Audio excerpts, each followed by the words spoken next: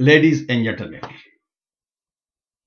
first of all, on behalf of Great Afghanistan Movement, let me thank all my viewers around the world for watching my videos. In my last video, I had explained you about the birth and death of Pakistan. My today's topic is Pakistan on the verge of collapse and disintegration. So, I will try my best to explain you how and why Pakistan has come to this stage. I want to start about the role of the so-called founder of Pakistan, Muhammad Ali Jinnah, how he was playing the role of British agent. When in 1939, Second World War started and the British decided to quit India after the war, but to divide India too. Then in 1940, member of the British Executive Council, Sir Zafrullah Khan, was told to prepare a draft for Lahore Resolution. One copy of their draft was handed over to Muhammad Ali Jinnah. Jinnah went to Lahore for the first time and they passed the resolution called Lahore Resolution. The resolution was passed on 24th of August 1940, but till now Pakistan is celebrating 23rd of August. A big distortion of the history. In Lahore, sitting with his cronies, Muhammad Ali Jinnah told them, I don't know what happened. Till now the British were only talking about Gandhi, but now they have given me the status equal to Gandhi. At that time, the British in India started to help Jinnah and Muslim League too much. In London, the Secretary of State for India, Emre, was worried about the Viceroy's favoritism towards Jinnah and Muslim League to such an extent. So, Secretary of State Emre wrote to Viceroy, you are helping Jinnah and Muslim League too much, but be careful not to make Gandhi from Jinnah. Viceroy Linlithgow writes to him, don't worry, Jinnah can never become Gandhi. Gandhi is a national leader. He has a lot of support of the people. And recently in 1937 election, in Muslim community, Jinnah Muslim League had taken from 4 to 6% of votes and Gandhi had won election in 8 provinces out of 11 provinces. Jinnah and Muslim League both are completely dependent upon us and they know it. So, if we will stop our support, then there will be no Jinnah and no Muslim League at all. Then Viceroy further writes to him that Sir Sikandar Hayat, Chief Minister of Punjab, has written a letter to me that you are supporting Jinnah who has no footings and support among the people. You should work with me and I will go ahead with your agenda.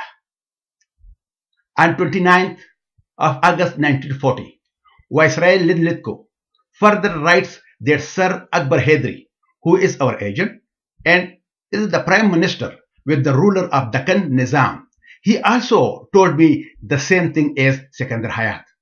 But I told him, we need you there. But here, Viceroy Linlithgow writes to Emre a very important thing. He writes, I didn't reply the letter of Sikandar Hayat. We should neither support Sikandar Hayat nor Sir Akbar Hydari because they have the support of people. So they can create problems for us in the future. We need a person like Muhammad Ali Jinnah who doesn't have any support of the people and he is 100% dependent upon us. So he will do what we will dictate him. Then Emre writes to the Viceroy that there was a statement of Jinnah in the newspaper against the British. The Viceroy replied, people were criticizing Jinnah as British agent. So I told him to give a statement against us to make your position a bit better in the eyes of the people. Dear friends, that was the status of Jinnah in the eyes of the British. Ladies and gentlemen, as Second World War started, the British government announced the full support of British India. But at that time, the Congress had governments in 8 provinces. the Indian National Congress reacted to this announcement, that they were not even consulted about it. Then the Indian National Congress demanded the British that they would participate in the war, but promise that after the war you will quit the India and give us independence. But the British were not agreed. So the Congress resigned from 8 provinces and the governor rules was established. And the Muslim League, under the leadership of Jinnah, was publicly celebrating it and supporting the governor rules. That was the mindset of Jinnah and Muslim League when the democratically elected government resigned and the governor rule was established. They were celebrating it. So the weak, undemocratic institutions in Pakistan till now have the same mindset since that time. The Jinnah was demanding from the Viceroy to hand over the governments of 8 provinces to Muslim League.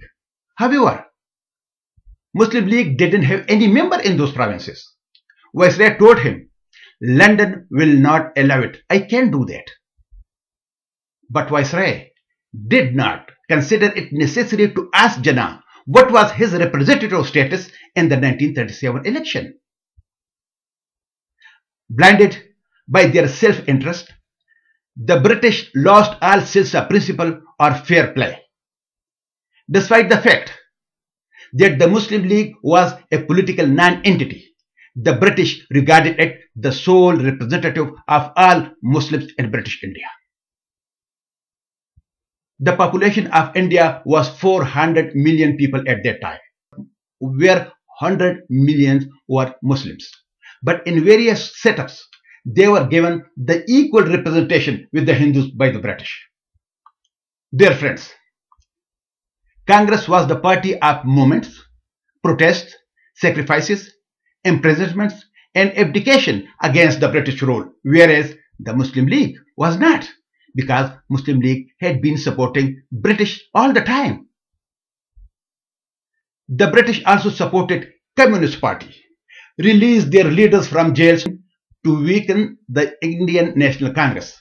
It is very strange that the Communist Party and the Muslim League were on the same page.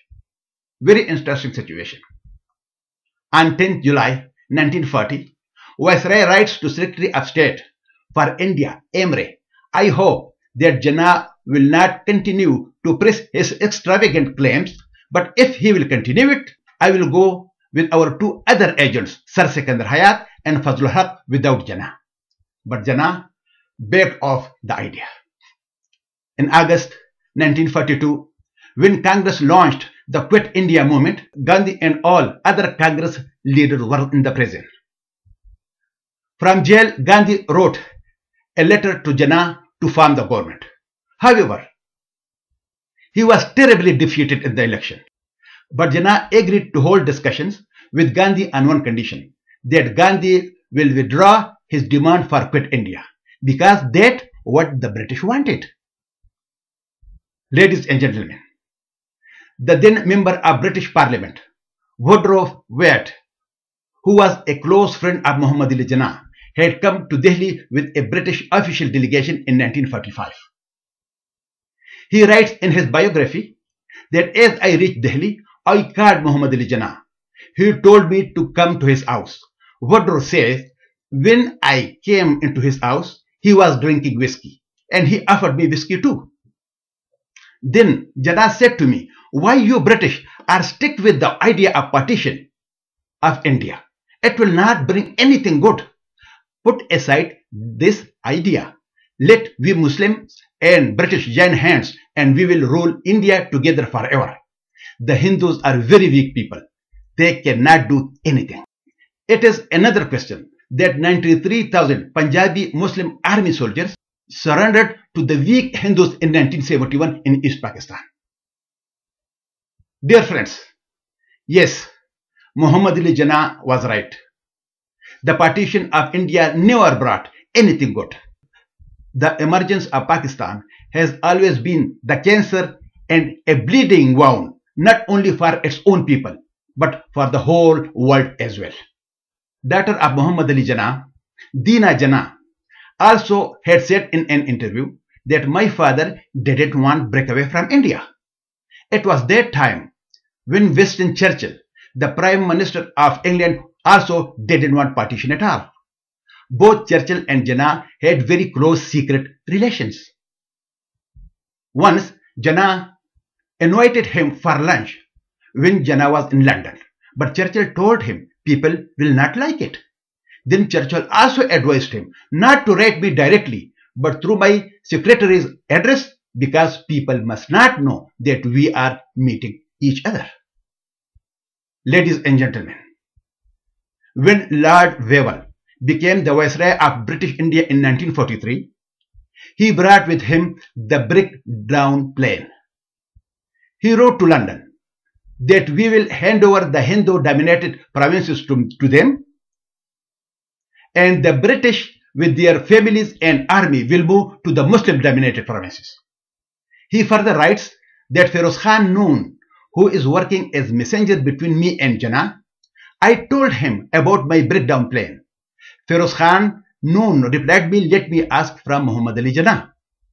When he came back, he told me that we don't have any objection if you will stay here for a long time.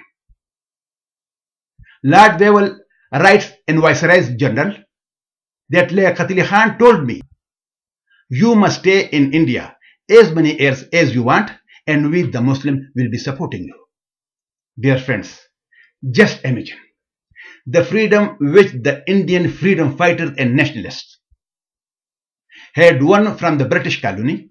These Muslim leaguers were ready to take that freedom from the Muslims and stay British colony. But at that time, when there was change in the government in England, Conservative Party was defeated and Liberal came into power. They rejected the breakdown plan. In 1946, when it was clear that the British will leave the India, then Jinnah and Liaquat Ali started to struggle to get Pakistan in any shape. Hodgson writes in his book, The Great Divide, that Liaquat Ali Khan once told Lord Mountbatten, if Your Excellency was prepared to let Muslim League only the Sindh deserts, I would still prepare to accept that Pakistan. The ex-Foreign Minister of Pakistan, Sahibzada Yaqub Khan, says in an interview that when Jinnah met with Lord Mountbatten, after the meeting, the British Chief of Staff was asked about the meeting. He took out a matchbox from his pocket and replied, I have the impression that if we give Jinnah the Pakistan equal to this matchbox, even then he will accept it. Because after the British would leave India, Jinnah and his cronies had nothing to do in India due to their treacherous activities against the people of India. Hodgson further writes, after the meeting with Jinnah, Lord Mountbatten says that Jinnah gives me the impression of a man who has not thought out one single piece of the mechanics of his own scheme. Jinnah was not even thinking about Bengal, and he told Lord Mountbatten that without Calcutta, I am not interested in Bengal. So, in the name of Pakistan, the letter B for Bengal was not existed. When there was meeting between the Indian National Congress, Muslim League and the British, the Muslim League was represented by Lord Mountbatten. Lord Mountbatten had told Muhammad Ali Jinnah just to nod his head positively when I will say something in the meeting on behalf of Muslim League, and Jinnah did what he was dictated. Ladies and gentlemen, it was decided that the partition of India will be in June 1948. But afterwards, when the British found that Jinnah was near to die, then they rescheduled it to August 1947. Dear friends, Professor Stanley Wolpert writes about Jinnah, how Jinnah enjoyed alcohol and pork. He was responsible for murder of 1 million people in partition riots on both sides of the border. This guy, already one leg in the coffin, satisfied his death wish to become Governor General of somewhere, even though it meant swimming in the blood of innocents. Alcoholic, chair smoker, TB patient who died in cancer was the worst person has never born on the earth. When he was 42 years old, he married a 18 years old girl, backstabbing his friend Sir Dinsha Petit. His two-nation theory sang in Bay of Bengal when Bangladesh was created. The Muslim League, headed by Jinnah, proposed the two-nation theory in the early 20th century. But today, India has the third largest Muslim population in the world after Indonesia and Pakistan. India has shown interest joining Organization of the Islamic Conference (OIC) as an observer nation. Jinnah created a Pakistan where not even his own daughter and grandson live. His family continues life in India till today. Dear friends, at that time, this message was being communicated by Jinnah through every British agent. The slogan was "Create Pakistan and save the Western world." But now, that slogan has turned around. Get rid of Pakistan and save the whole world. Dear friends, Pakistan came into being in 1947 for the corrupt feudals, corrupt industrialists, corrupt politicians, corrupt army, and corrupt civil and military establishment. The most dangerous consequence of partition was the growing hatred and enmity between India and Pakistan. That was a natural consequence of the communal rights. The Muslim League had taken no part in the country's freedom. They never launched any movement or struggle for freedom.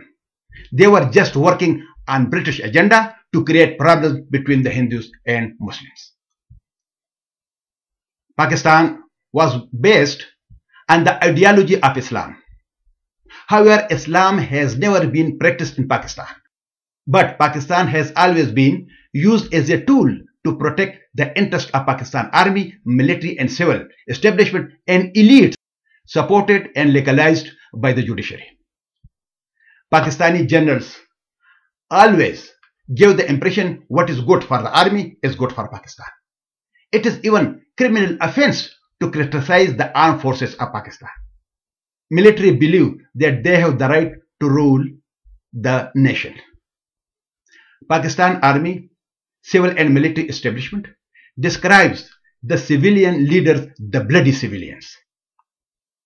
Dear friends, all these military organizations were in close contact with the jihadis and terrorists since 1947. That's why Pakistani society is thoroughly militarized and radicalized.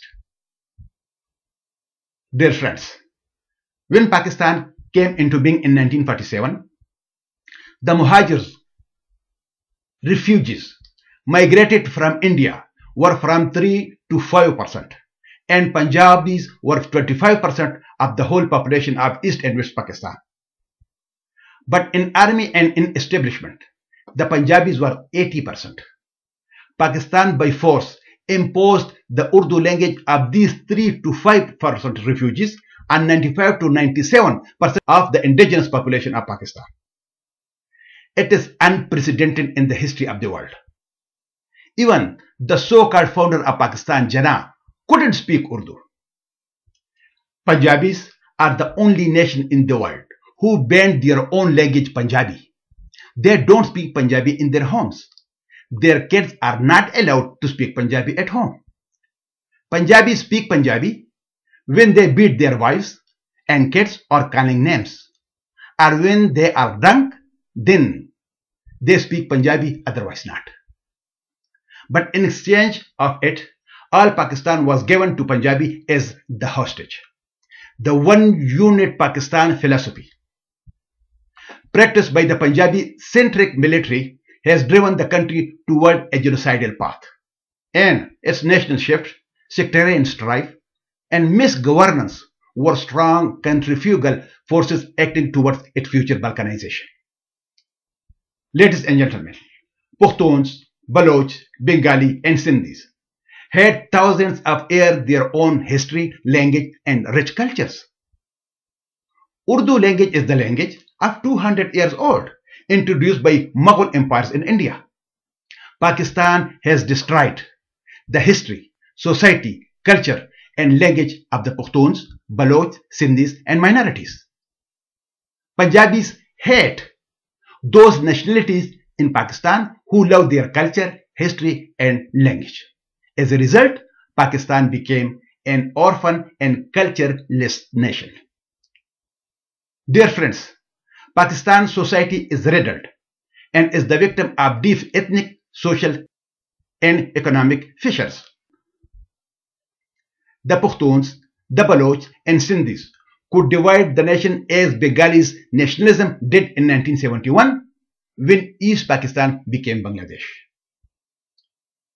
That's why foreign experts are worried about Pakistan's nuclear arsenal.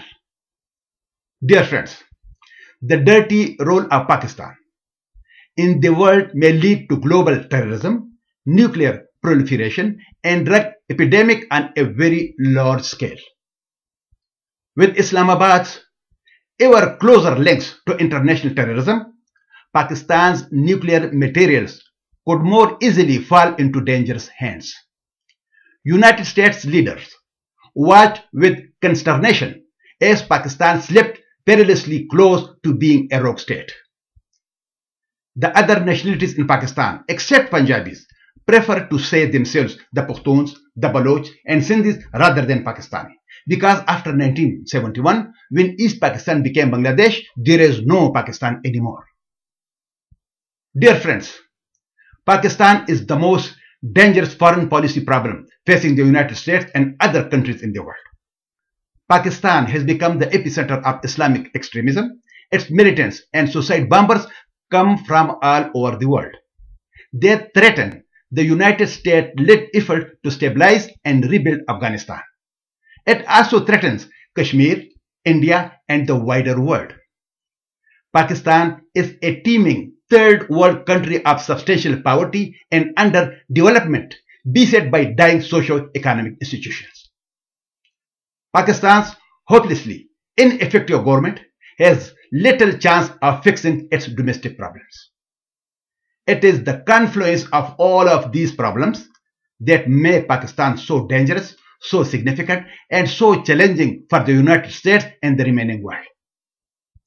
As a result, majority of the people of Pakistan migrate to other countries. Dear friends, Pakistan's huge population is also one of the world's fastest growing, which creates an enormous youth bulge that exacerbates the pressure felt by dying social and economic institutions. Pakistan has the population about 210 million people, which is also a time bomb for Pakistan. Dear friends, this country has 4 provinces, each built on a predominant ethno-linguistic group. All the country's business, military, and governmental elites belong to Punjab, and Punjab has made hostage the remaining provinces by the powerful Punjab army and establishment. Dear friends, 70% of electricity of Pakistan is produced in Khyber Pakhtunkhwa province on the cost of 1.5 rupees per unit. But Wabda House is in Lahore, not in Peshawar. And Khyber Pakhtunkhwa is given only 13% of electricity on the cost of 10 rupees per unit.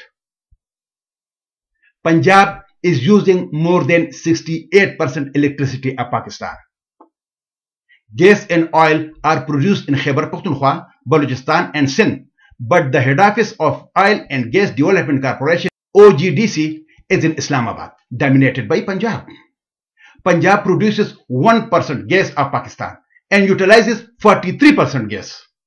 Electricity, oil, and gas are produced in other provinces, but these are in the jurisdiction of the Punjab-dominated central government. But on the other hand, wheat is produced in Punjab, but it is not with the central government. It is with the Punjab government jurisdiction, and Punjab has always been utilizing it as a tool to blackmail and suppress the other provinces. 56.8% of current available water is used by Punjab, 5% by Khyber Pakhtunkhwa, 3% by Balochistan, and the remaining by Sindh. The Higher Education Commission HEC has issued till now 10,000 foreign scholarships for the higher education in other countries, whereas 8,000 scholarships were given to Punjab, the remaining 2,000 to the other 3 provinces. There are 49 federal secretaries who control the civil establishment of the country. 43 of them are from Punjab. In Punjab, the modern universities, colleges, and schools are established. But in Balochistan, Khyber Pakhtunkhwa, and Sindh, the madrasas, the religious schools, are being established, which fuel the future generation of jihadis and fighters. And the Punjab Army and establishment have been using these students from these religious schools for their proxy wars in Afghanistan, Kashmir, and India. When a prime minister of the small province Sindh, Zulfikar Ali Bhutto, was convicted by the court, he was hanged. But when a Punjabi prime minister was convicted, he was sent to Saudi Arabia, where he was living just like a king. In the real sense, Punjab is Pakistan and Pakistan is Punjab. And that is the reason that all the remaining 3 provinces are not ready anymore to accept the exploitation of the Punjab. The Pashtuns from Khyber Pakhtunkhwa and Balochistan, the Baloch from Balochistan, and Sindhis from Sindh want to get rid of Pakistan as soon as possible. Ladies and gentlemen, all the terrorist and jihadi organizations are supported and financed by Punjab Army and ISI. But 80% of Punjab Army intelligence organizations and establishment belong to Punjab. So, the political turmoil, terrorist activities, missing persons, baked bodies are found in other provinces but not in Punjab. That's why in 2012, in all bomb blast in Pakistan, 65% took place in Khyber Pakhtunkhwa. 71% people died by terrorist activities. 23% of bomb blast took place in Balochistan and 20% people were killed. But in Punjab, only 1 bomb blast has taken place with 5 people dead. However, the population of Punjab is 65%, Khyber Pakhtunkhwa 14%, and Balochistan 7%. Take a look at the population percentage and the percentage of bomb blast and casualties. The Punjab Chief Minister had publicly told the Taliban in a public meeting that we have the same agenda. Don't do terrorist activities in Punjab and do it in other provinces. And it is on the record. Dear friends, the world community policy didn't pay any attention toward Pakistan's military support to terrorist organizations and Taliban. The new generation of Al-Qaeda is strongly committed to the cause of global jihad. It acts as a magnet of radicalized Muslims, including a number of Muslim American citizens who have traveled to Pakistan to receive training in Al-Qaeda camps for carrying out attacks within the United States of America. Ladies and gentlemen, in Pakistan, there is no state building and no nation building policy since 1947. In Pakistan, the civilian political institutions are badly underdeveloped and atrophied, while Pakistan has the 7th largest military in the world, whose secret budgets are never subject to parliamentary scrutiny. Pakistan's most reliable ally on the world stage is China, who also appears hungry for the large natural gas deposits in arid Balochistan. Dear friends, the United States of America and Pakistan are locked in a decades-long transactional relationship that satisfies neither partner's desires. The religious organization under the cover of ISI are fueling hatred of America amongst the middle class. Dear friends, now that a new great game has erupted, with the United States playing the role of Great Britain, while Russia and China play the other great powers. But there are also some other players like Iran, India, and Pakistan in that region. In this scenario, after the withdrawal of US and NATO army in 2014, Pakistan and Iran are preparing to play a dirty game against Afghanistan. Due to Pakistan's dirty game in that region, United Nations, NATO, the European Union, and of course, America's own power and prestige are at stake. It is difficult to imagine how NATO could survive if they will be defeated in Afghanistan. But at the same time, Pakistan seems headed toward a societal meltdown, state failure, or revolution if current conditions continue. For the healthier society, Pakistan needs structural reforms to long-standing political, economic, and social institutions. But such reforms are strongly resisted by army, civil and military establishment, and the very elites of Pakistan, who see their deaths in these types of reforms. Pakistan is a tragic land. An Islamic state increasingly turned fundamentalist and violent. Pakistan has become an incubator for Al-Qaeda and other terrorist organizations because of the nexus between Islamic extremists and the Pakistan army. The Pakistan army backed the Taliban and encouraged thousands of Pakistani youngsters to fight and die for their proxy wars in Afghanistan, Kashmir, and India. Armed with nuclear weapons and fueled by jihadism, Pakistan army and ISI could plunge the region into even greater danger, chaos, and undermine Pakistan's very existence.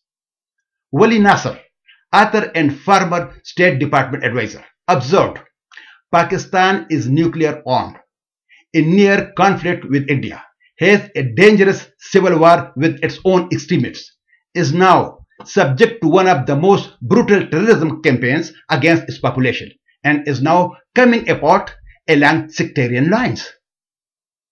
The state does not even rule its own territory. Much of the federally administered tribal area Fatah and Balochistan are beyond Islamabad's control. Religious minorities, including Christians, Hindus, and Shia Muslims, face constant private violence and official discrimination. Ladies and gentlemen, attempts by the Pakistani government to micromanage the economy have failed. The ill consequences of government economic control have been exacerbated by political instability. In fact, foreign investment has completely collapsed. Unemployment and inflation are high. Economic infrastructure is decrepit, and even Islamabad suffers routine power outages. Dear friends, the practice of democracy has been constantly corrupt, incompetent, and disillusioning. The political system is essentially authoritarian with a democratic veneer. Moreover, the elections are formally but not practically free. Even when civilian politicians formally ruled, they did not control the military and especially the Inter-Service Intelligence Organization ISI, which long aided the Taliban against the American-installed government in Kabul. Dear friends, a nuclear-armed military and ISI that have sponsored Islamic extremism is an intrinsic part of their foreign policy for nearly 4 decades. That's why it is extremely difficult for Pakistan to give up its self-destructive and double-dealing policy after 9/11 under the watchful eye of CIA. As a result, the recent blowback from these policies is now threatening the state, undermining the army, decapitating the political elites, and drowning the country into a sea of blood. Dear friends, the Afghan-Pakistani border is an artifact of history, artificially dividing one nation, the Pashtuns. Ralph Peters, a retired army officer, had speculated that the Khyber Pakhtunkhwa, long the scene of ethno-nationalistic movements, would break away from Pakistan as soon as possible and join their motherland, Afghanistan. Dear friends, Islamabad does not like that United States supports a government in Kabul. That's why Islamabad is going to meddle often against American objectives. Islamabad cannot be trusted to confront the problem of terrorism and extremism because the military and ISI have too many ties, both formal and informal, with these terrorists and extremists. Azam, the ideological father of Al-Qaeda, was the mentor of Osama bin Laden. After co-founding the Maktab al-Khidmatul Mujahideen al-Arab or Afghan, its service bureau was in Peshawar in Pakistan in 1984. Azam and Osama bin Laden ran it together for several years under the cover of ISI.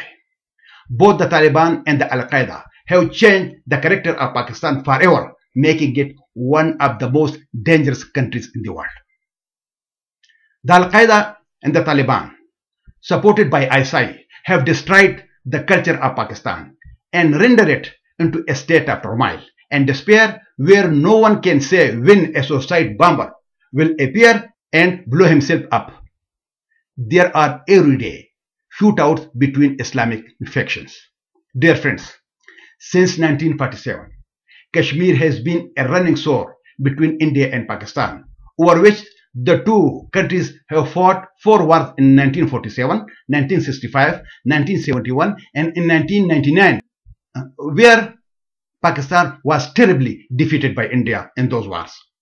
Kashmir is still a festering sore between India and Pakistan.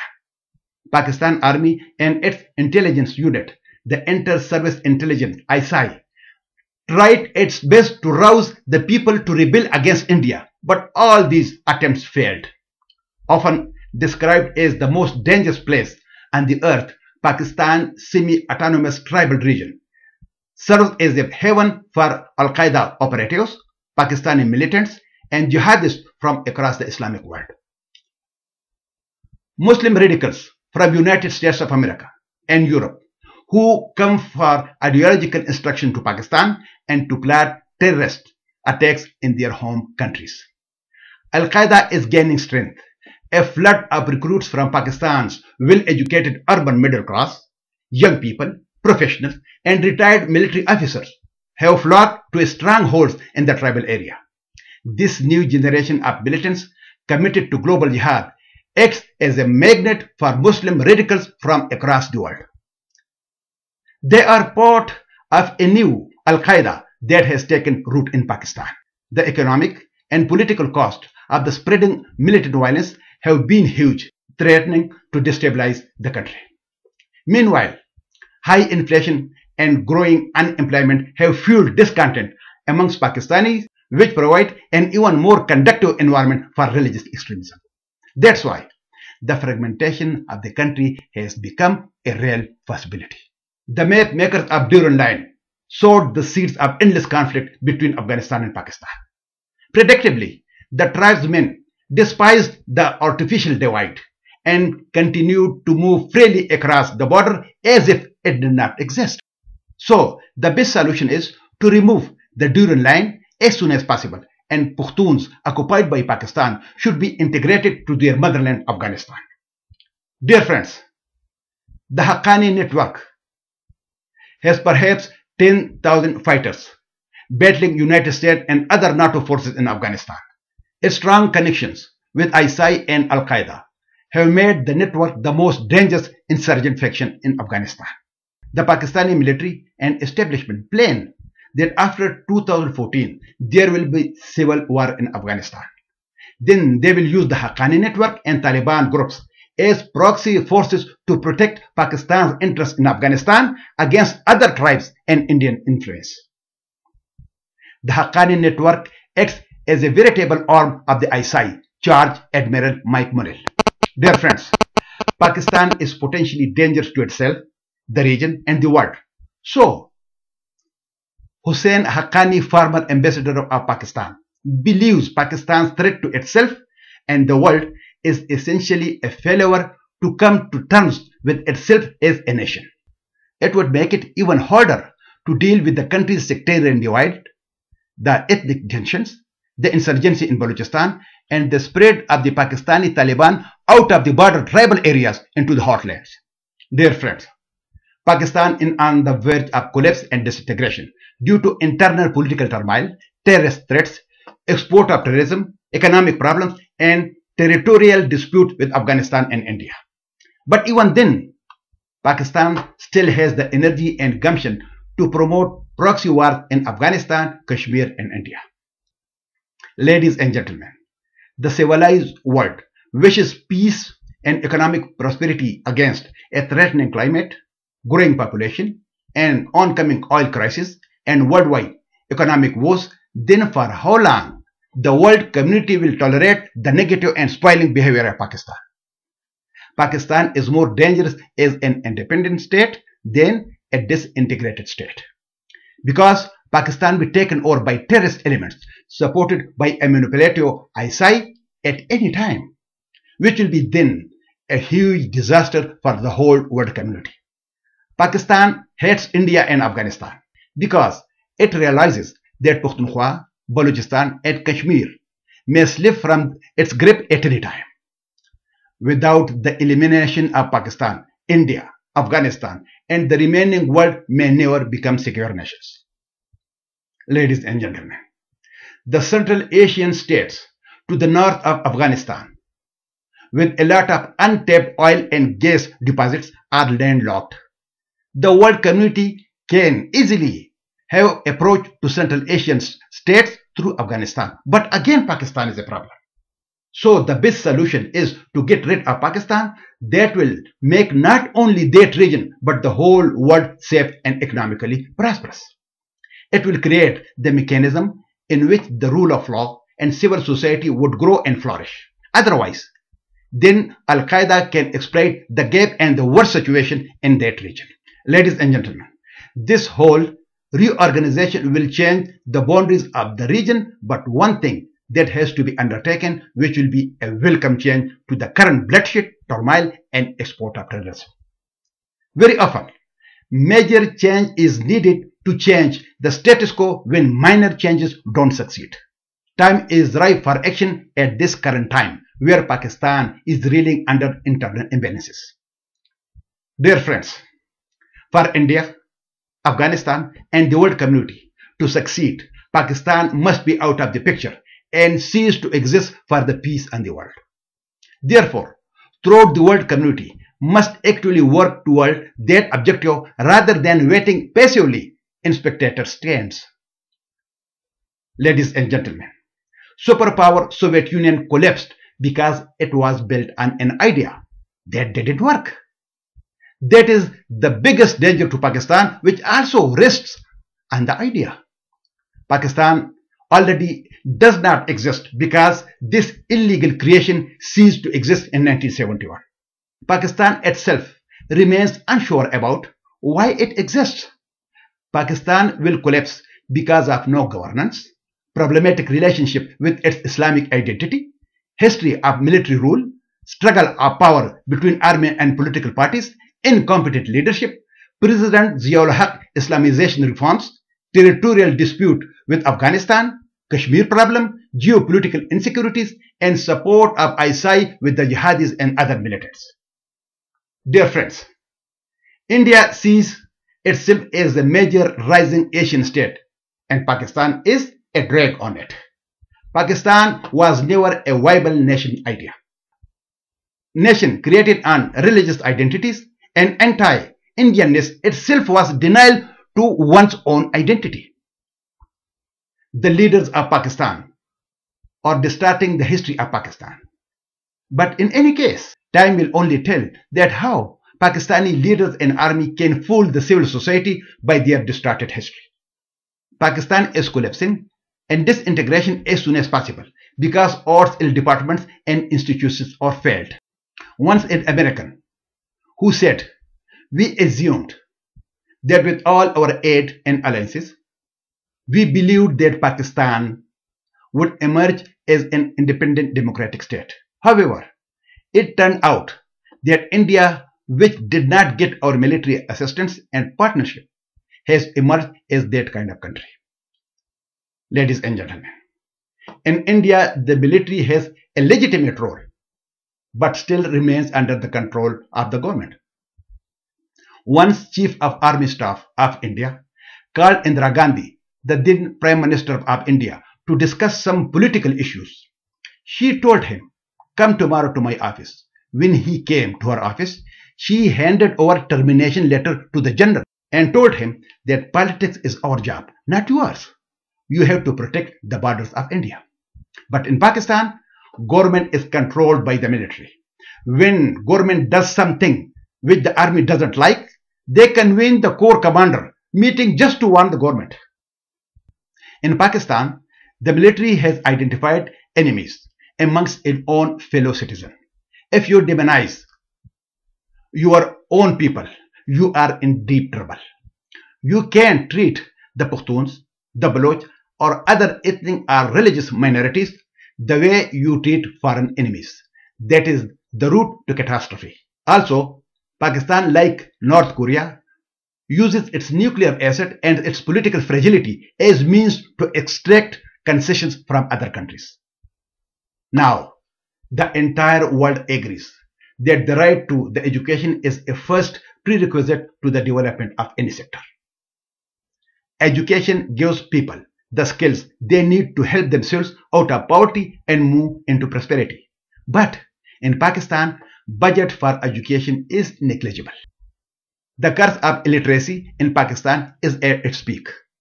In Pakistan, where people are not able to afford bread for 2 times a day, then how someone can talk about science and technology? Therefore, catastrophic failure of this nuclear armed state is surely a possibility. Ladies and gentlemen, in the worst case, Pakistan would simply come apart, spewing nuclear technology and terrorists in all directions, which will be then a huge disaster for the world. And the problem is that there is no savior ahead. All models have failed. Leaders have failed. Religious parties have failed. Capitalism has failed. Socialism has failed. Political parties have failed. Every institution has failed. Target killing, suicide attacks are very common nowadays. People are no more afraid of these things. They are getting used to it. Office workers in Pakistan have a fear. Will they return home after a whole day at office? Students have fear. Will they return home safely after school? Everyone from a child to grown up carries this fear. In Pakistan, from a bus driver to a president, each and everyone thinks about himself. It doesn't matter what happens to Pakistan. The word Pakistan means power, but nothing seems power in Pakistan. Ladies and gentlemen, Pakistan brandishing terror backed by a nuclear gun is the biggest threat to itself, to global and regional security. The social and economic disparities present in a Punjab-dominated Pakistan, which has deployed Islam as a political resource to undercut Pashtun and Baloch nationalism. Due to this, Pakistan has become an epicenter of terror and terrorist breeding ground. Democracy in Pakistan, especially after the liberation of Bangladesh, is a joke. The seeds of Punjabistan, sown in the first decade of Pakistan's existence, have today created a country at war with itself and ready to balkanize. Bengal went away on linguistic battles, while Sunnization of Pakistan is killing the Shias, Baloch, Sindhis and Pashtuns along with other minorities. Geopolitically, United States does not favor such a collapse, but has constantly accelerated the pace by pouring aid, both civil and military, to prevent the collapse. But according to Cohen Stephen, nobody can help to prevent Pakistan from disintegration. Pakistan's millions are surely suffering, my dear brothers. According to Bruce Riddle, a jihadist nuclear armed Pakistan is a scenario that must be avoided at all costs. An Islamic takeover in Pakistan would make the NATO's mission in Afghanistan virtually untenable. Dear friends, Mehran naval base incident, killing of Osama bin Laden by United States Navy SEALs, are the evidence that in Pakistan military is radicalized.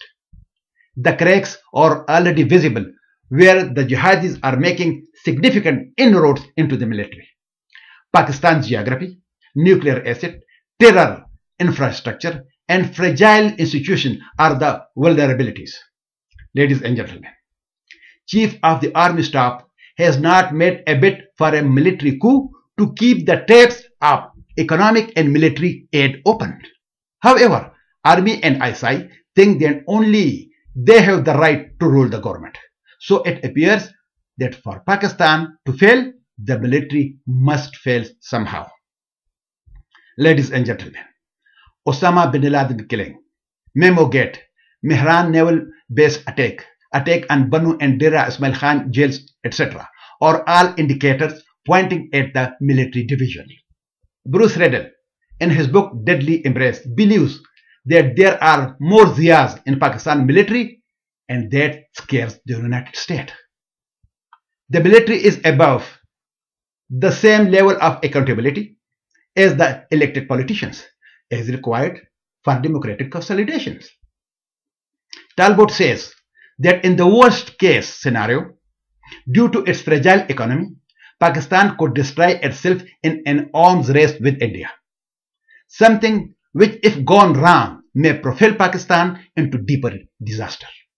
Dear friends, if someone hopes for better, it's okay. But hope is neither a policy nor a planning factor. A former ambassador to Soviet Union once said, "I don't know where Pakistan is heading. But once it gets there, I will explain to you why it was inevitable." Ladies and gentlemen, Lieutenant General Ahmad Shuja Pasha, the then Director General of the ISI, told the Abbottabad Commission that Pakistan had become too weak and dependent on Washington to take necessary actions to defend itself against the US policies. "We are a weak state and also a very scared state," Pasha told the commission. Accordingly, Pasha testified, "We are a failing state, even if we are not yet a failed state." Chaudhry Ahmad Mukhtar, the country's then defense minister, testified that he was not kept in the loop all the time by the bureaucracy and military regarding not just this incident, but the entire functioning of his department. Faced with the clear risk of official Pakistani complicity in hiding bin Laden, United States had no choice but to move against him unilaterally. Dear friends, till now, Pakistan has not created economic space for the general population, but just for the rich. Pakistan now barely survives on its own income, and most social services are paid for by foreign countries. Pakistan cannot provide basic services to its people. One major factor of the Pakistan economy is the large share of the budget spent on defense. Pakistan's ethnic groups are not quite comparable, but all except Punjabis have faced the wrath of the central government as they have generated separatist or autonomous movements.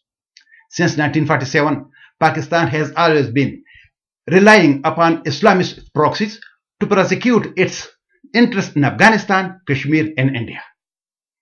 It is not Islam or religion that is the problem. It is how religion has been exploited by the state.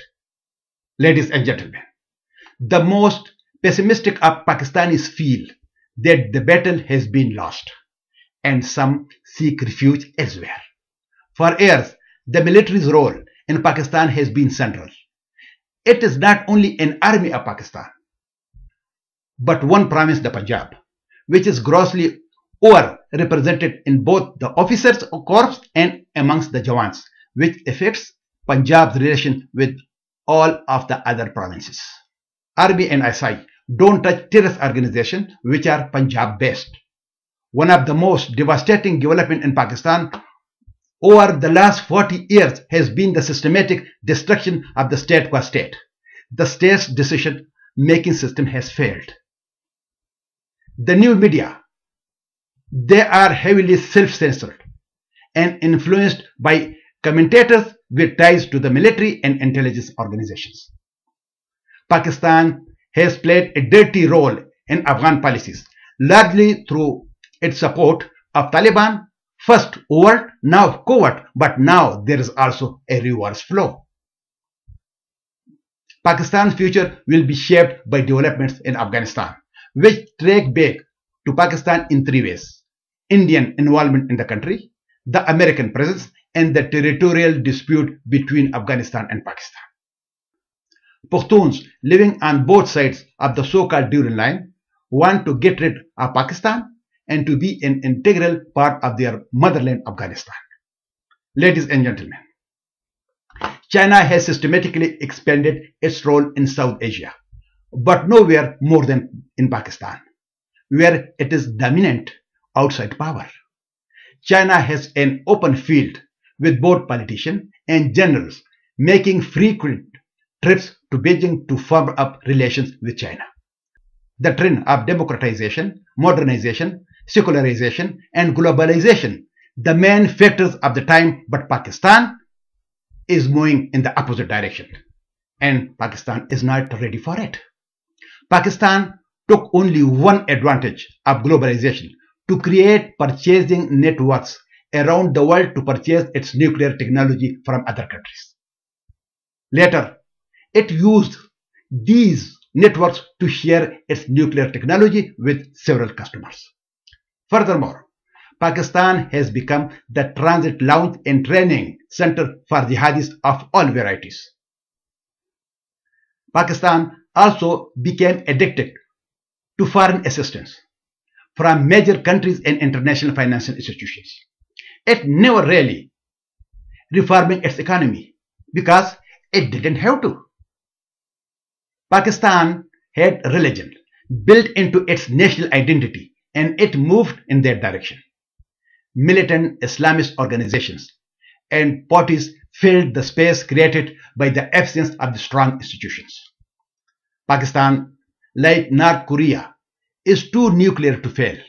Punjab army and establishment dominated Pakistan, but each also has contributed to the long decline in Pakistan's integrity as both a state and a nation. Baloch, Pashtuns, Sindhis, and refugees from India still have one eye on the possibility of breakaway from Pakistan. Pakistan cannot control continued ethnic, sectarian, and social violence.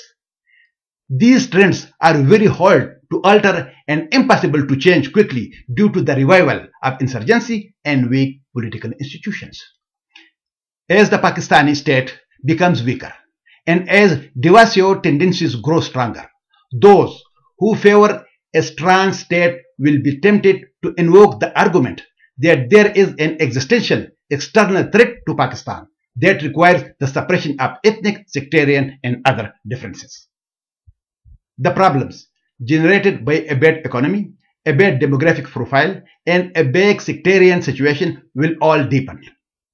Some minority sects already look to Iran for protection and inspiration, and Tehran has an incentive to balance out extremist Sunni groups in Afghanistan.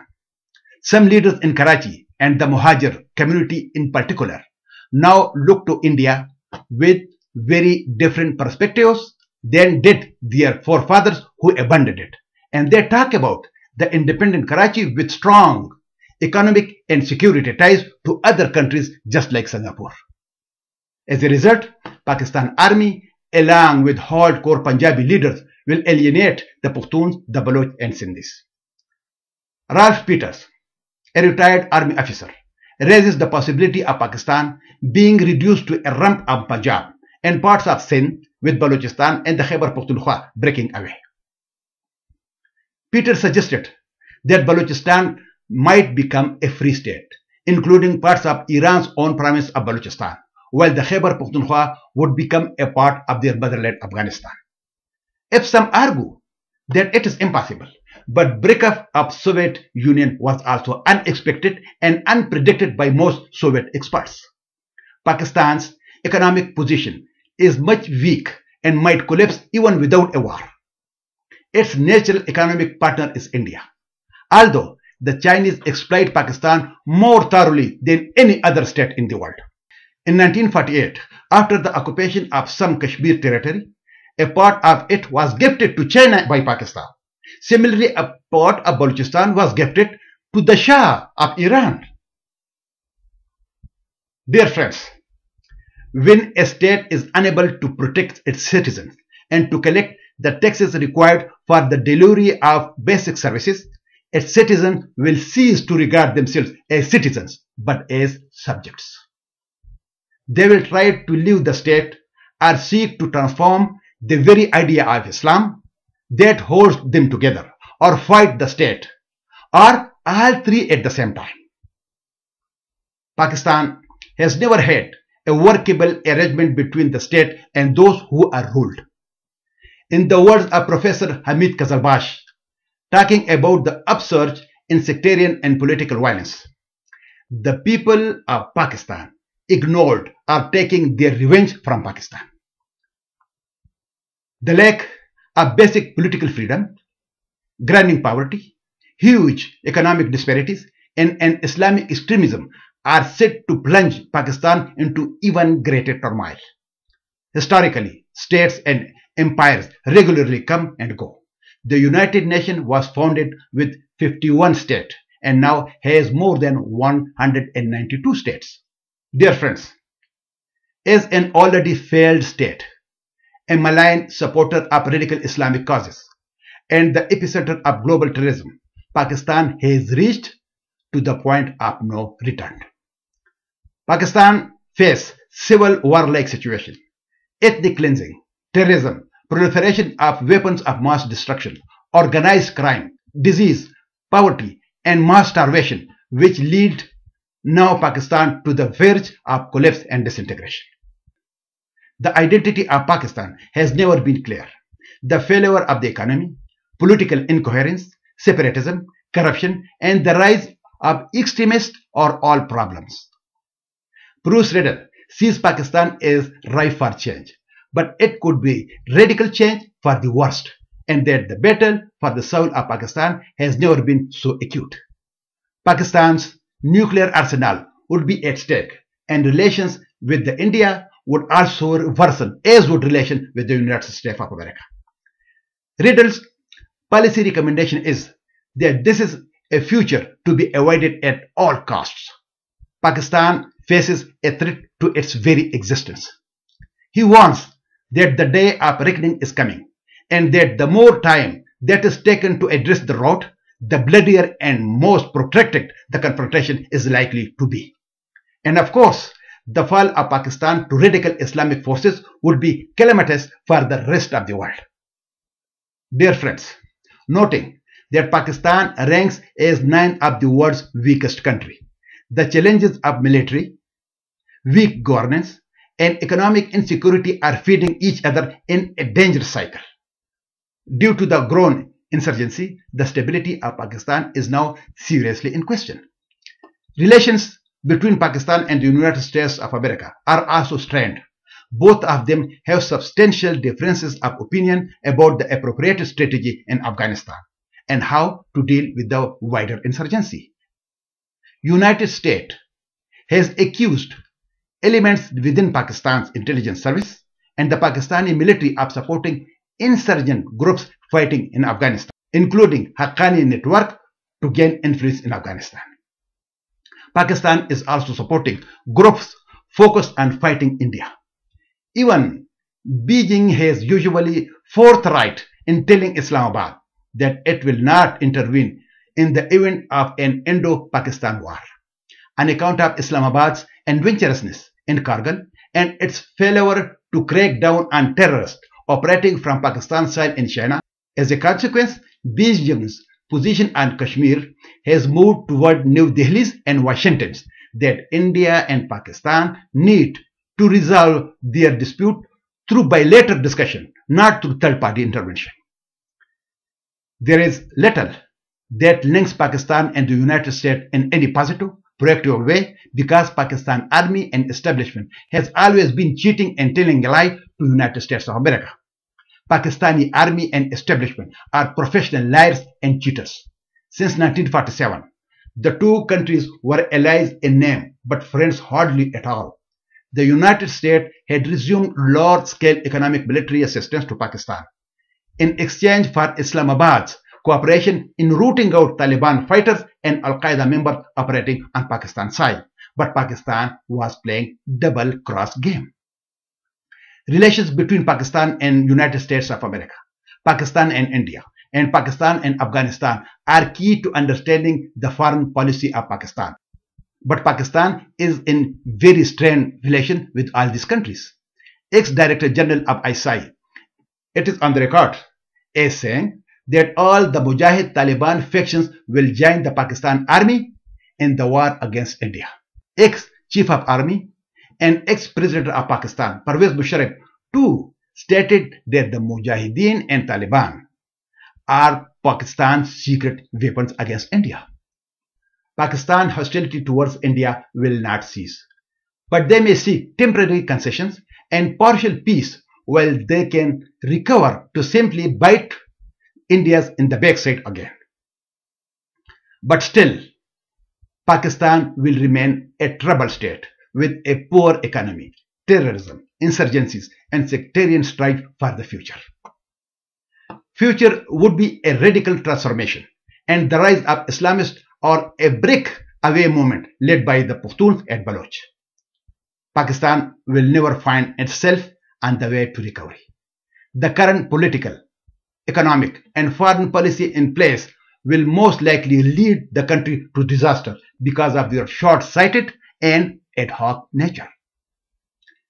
There exists the liberal extremist divide, the rich-poor divide, and the civil-military divide that makes national cooperation extremely difficult. Due to this polarization of its society, Pakistan is on the verge of fragmentation. Pakistan's economy is in shambles, and everyone in the country faces a threat to his or her security. 51% of Pakistan's population lives below the absolute poverty line of $1 a day, while 74% of it lives below $2 a day. If things continue to proceed the same way they are now, a public uprising is likely to take place somewhere in the near future. Poverty remains to be the biggest driver behind the explosion of militancy in the tribal areas. Ladies and gentlemen, the main problems of Pakistan are economy, education, urbanization, demographic changes, failed foreign policy, terrorism, civil-military relations, political system, law and order, and identity crisis. In case of line of control between India and Pakistan, Pakistan says it is not international border, but India says it is international border. In case of line of hatred, dual line between Pakistan and Afghanistan, Pakistan says dual line is international border, but Afghanistan says no, it is not international border. Dual line was designed specifically to weaken the power of the ethnic Pashtuns, who lived in roughly equal numbers on either side of that line of hatred dual line. The Pashtuns, both now and then, have been striving for their own homeland Afghanistan. Ethnic Pashtuns who are culturally and linguistically connected to their kin who live in neighboring Afghanistan. The Durand Line originally caused extremely sore relations with Afghanistan, which was the only nation to vote against Pakistan's admission into the United Nations. This boundary between Afghanistan and Pakistan was established by the British in 1893, which has nothing to do with Pakistan officially. Long live Great Afghanistan Movement, long live Great Afghanistan.